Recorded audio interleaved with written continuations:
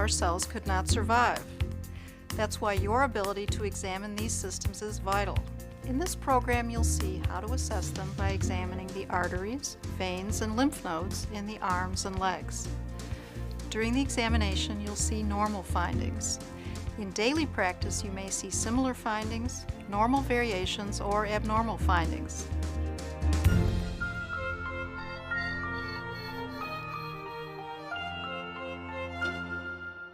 Before examining the peripheral vascular and lymphatic systems, consider their anatomy.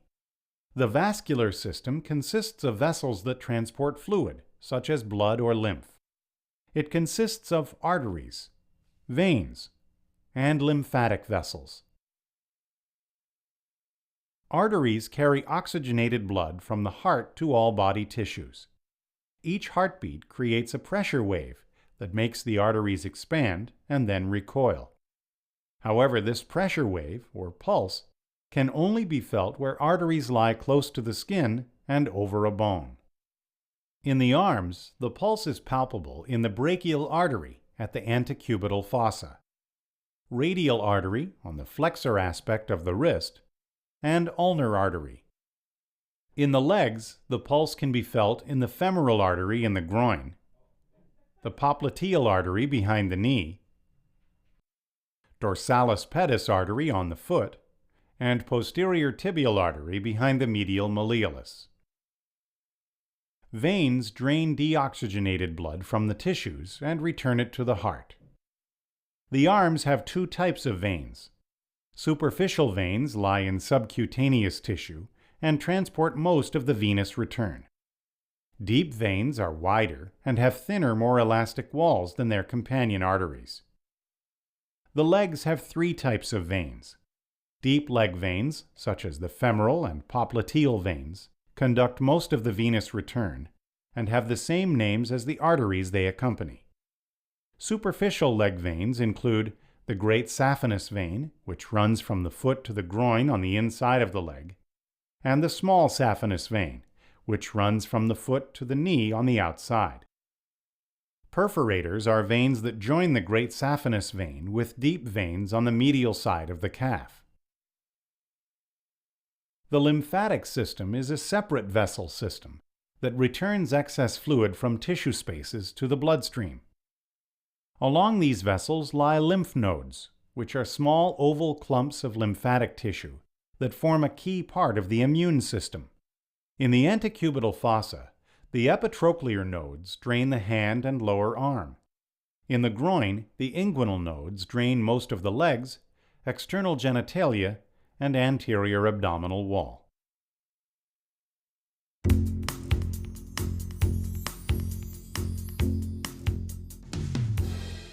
Mr. Malik, now I'm going to examine your hands. Would you hold them out for me, please? Because you would have checked the person's blood pressure earlier, start the arm examination by inspecting his hands. Note the color of the skin and nail beds, as well as the skin's temperature, texture, and turgor. Check for any edema or lesions.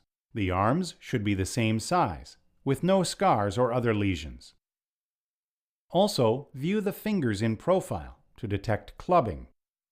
Normally, the nail bed angle is 160 degrees. Okay, great. Now I'm going to feel both of your pulses. During palpation, assess the radial pulses, noting their rate and rhythm. Grade the pulse amplitude on a 4-point scale, in which 3+ is a bounding pulse, 2+ is normal, 1+ is weak, and 0 is absent. Next, palpate the brachial pulses in the antecubital fossa, just medial to the biceps tendon. They should be equal bilaterally. Then palpate each epitrochlear node by supporting the person's arm, reaching your other hand under his elbow, and feeling in the groove between the biceps and triceps muscles above the medial epicondyle. Normally, the epitrochlear node is not palpable. Repeat the procedure on the other arm.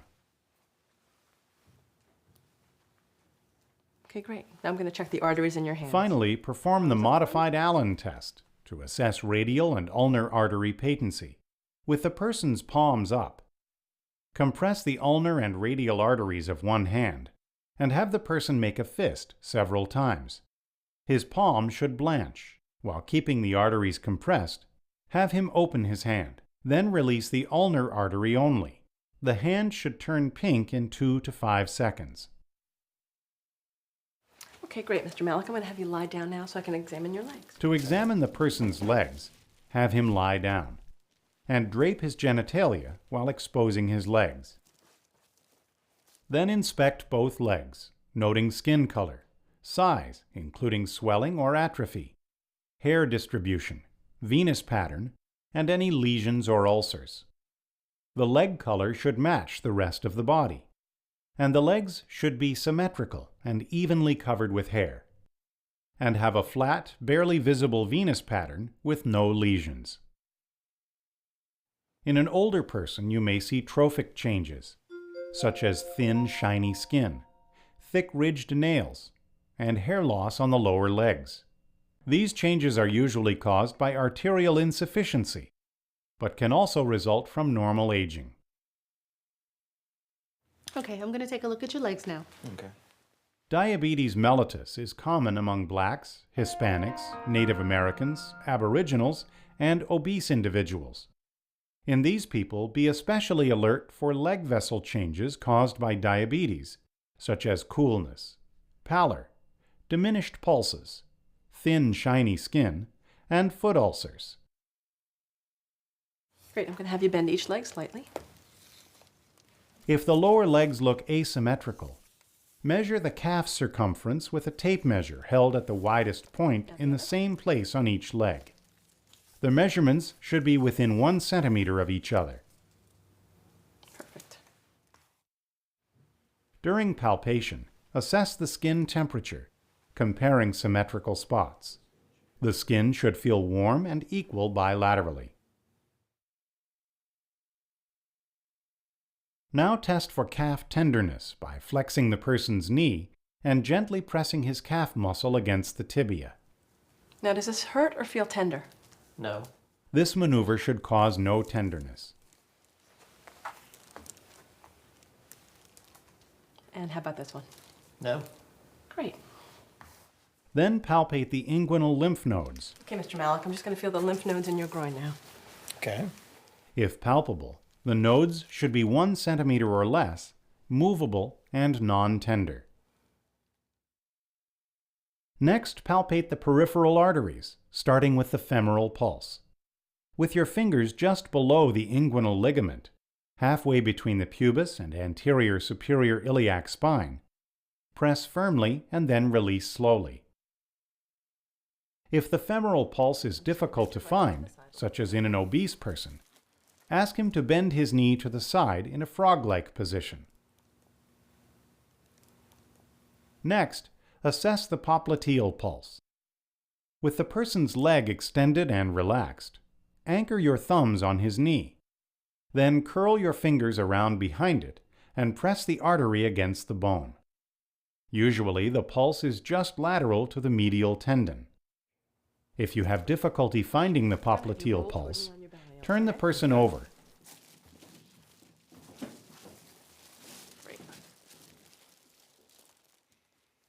Gonna have you bend the one leg just a little bit. Lift his lower leg and rest it against your arm. Then press deeply into the popliteal fossa with both thumbs. Okay, good. Okay, Mr. Malik, I'm going to have you lie on your back again. Okay.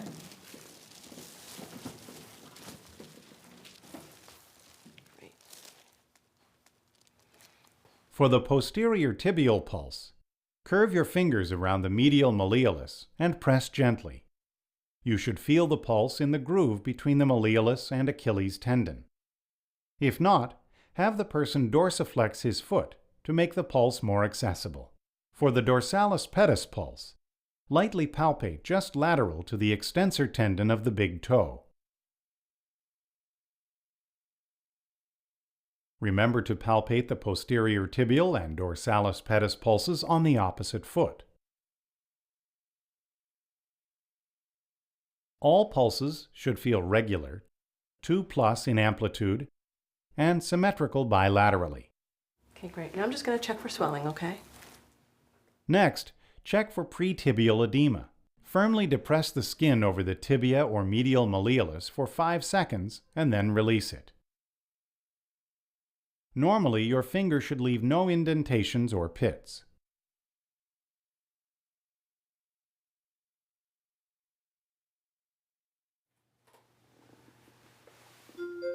In a pregnant woman, you may see diffuse bilateral pitting edema, especially at the end of the day and in the 3rd trimester. Although this woman doesn't have varicose veins, you may also see them, especially in a multiparous woman. Okay, great. Now I'm going to have you stand up and face the exam table, okay? All right. Great. Next, have the person stand so that you can assess his leg veins. Have you hold your gown up for me a little bit? Perfect. They should not be visible, dilated, or tortuous. Mr. Malik, now I'm going to examine the veins in your lower legs, okay? Okay. Great. Although this man doesn't have varicose veins, use the manual compression test to test varicose veins for valve competence. With the person standing, place one hand on the lower part of the vein and compress it with your other hand about 15 to 30 centimeters higher. Your distal fingers should feel no change. I'm just going to ask you to lie back. All right. Use additional techniques to assess possible vascular problems in the legs. I'm going to raise both your legs with my arm. For example, if you suspect an arterial deficit, And just wiggle your feet around for me a little bit if you would. check for postural color changes. With the person supine, raise his legs about 30 centimeters off the table and have him wag his feet for 30 to 60 seconds to drain the venous blood. In a light-skinned person, this may cause the feet to look a little pale, but they should still be of normal skin tone. In a dark-skinned person, postural color changes may be difficult to see. However, extreme color changes should be visible on the soles. Now I'm going to ask you to sit up. Now have the person sit up and dangle his legs over the side of the table. Compare the color of both feet, and note the time it takes for the color to return to them, usually 10 seconds or less. Also note the time it takes for the superficial veins in the feet to fill, usually about 15 seconds. Great. Now I'm going to ask you to lie back again. Okay. If the leg pulses are weak, use a Doppler ultrasonic stethoscope to magnify them. After putting coupling gel on the handheld transducer, place it over a pulse site, swiveled at a 45-degree angle. You should hear a swishing or whooshing sound. To determine the ankle brachial index, place a blood pressure cuff above the ankle and determine the systolic pressure of the posterior tibial or dorsalis pedis artery. Then take the systolic pressure of the brachial artery in both arms and use the higher number. To get the ankle brachial index, divide the ankle systolic pressure by the brachial or arm systolic pressure. The ankle brachial index should fall between 1 and 1.2. An index of 0.9 or less suggests peripheral vascular disease. Mr. Malik, that concludes our examination for today. Great. Do you have any questions for me? Actually, Once yeah, you're I did done want to examining the see peripheral recommendations vascular for and some lymphatic systems. systems, discuss your findings with the person and answer his questions. Also, teach him how to promote his health and provide 3 days a self-care. week, 20 minutes each time. Well, that's actually pretty good.